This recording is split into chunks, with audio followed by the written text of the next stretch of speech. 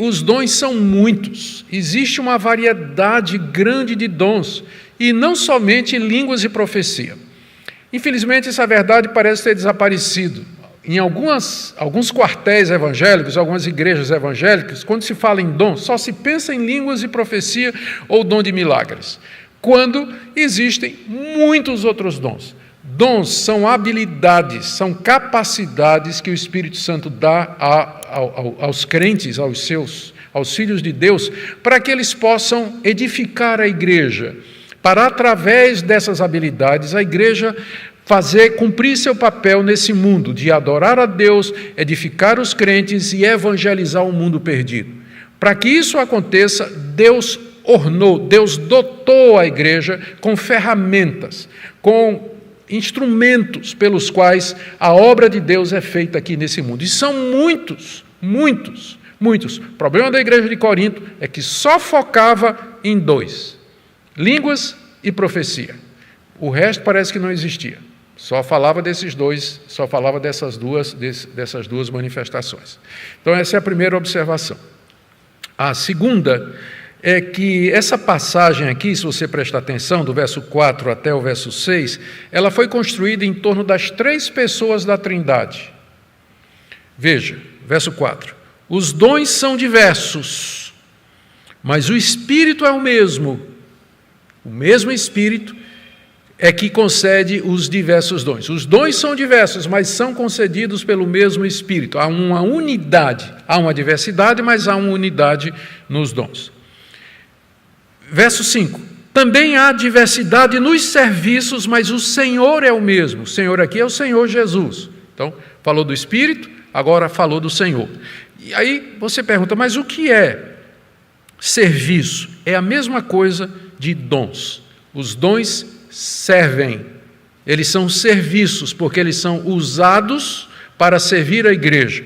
Aí no verso 7, e há diversidade nas realizações, que é a mesma coisa de serviço e a mesma coisa de dons, mas é o mesmo Deus quem opera tudo em todos. Só fazendo a nota de rodapé para as pessoas que têm dificuldade com a doutrina da Trindade, porque não tem a palavra Trindade na Bíblia. Mas também não tem testemunho de Jeová, quer dizer, não tem, né? Tabernáculo das testemunhas de Jeová também não tem. Não tem essa expressão na Bíblia. Então, uma doutrina não se constrói só através de declarações explícitas, mas de conclusões óbvias. Você está vendo aqui as 3 pessoas aqui, o Espírito, Senhor Jesus e Deus, mencionados em 3 versículos, a estrutura trinitariana da passagem. O ponto do apóstolo Paulo é dizer que o Deus triuno, ele concede dons, realizações e serviços à sua igreja, mas é o mesmo Deus. O mesmo Deus. São chamados de dons, no verso 4, porque dom, a palavra que está na raiz de dom é a palavra carisma, caris, de graça. O Espírito é quem concede graciosamente. É chamado de serviço no verso 5, porque eles foram dados para que a gente possa servir ao Senhor Jesus. E são chamados de realizações, porque é Deus quem opera tudo em todos. Então você vê aqui as 3 pessoas da Trindade envolvidas na concessão de dons espirituais à igreja. São muitos, são diversos dons, mas existe uma unidade entre eles.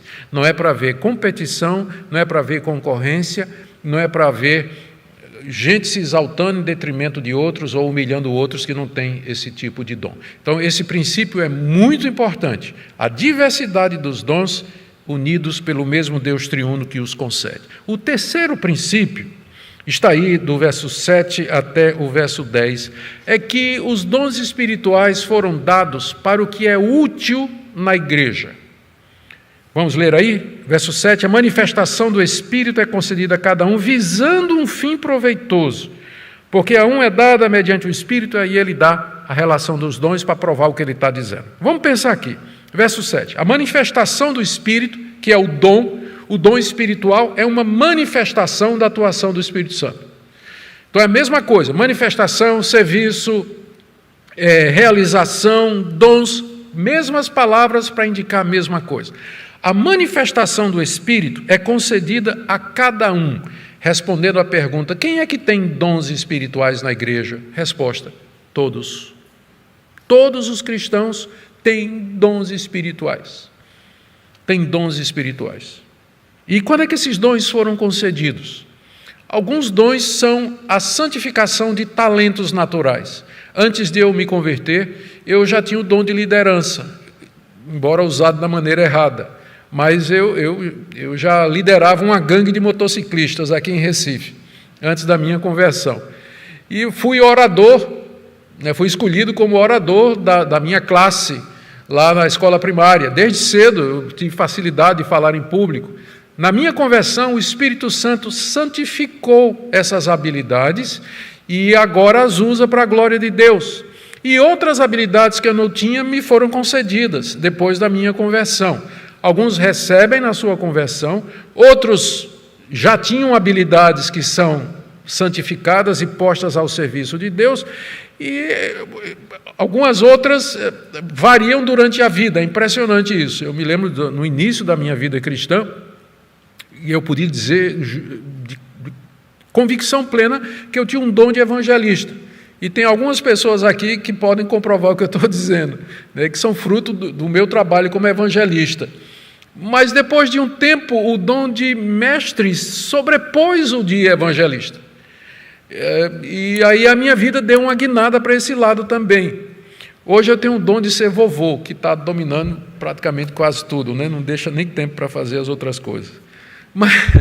Mas a vida da gente, durante a vida, pode haver alguma alteração nisso aí.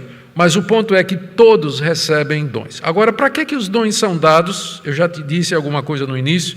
Está aí.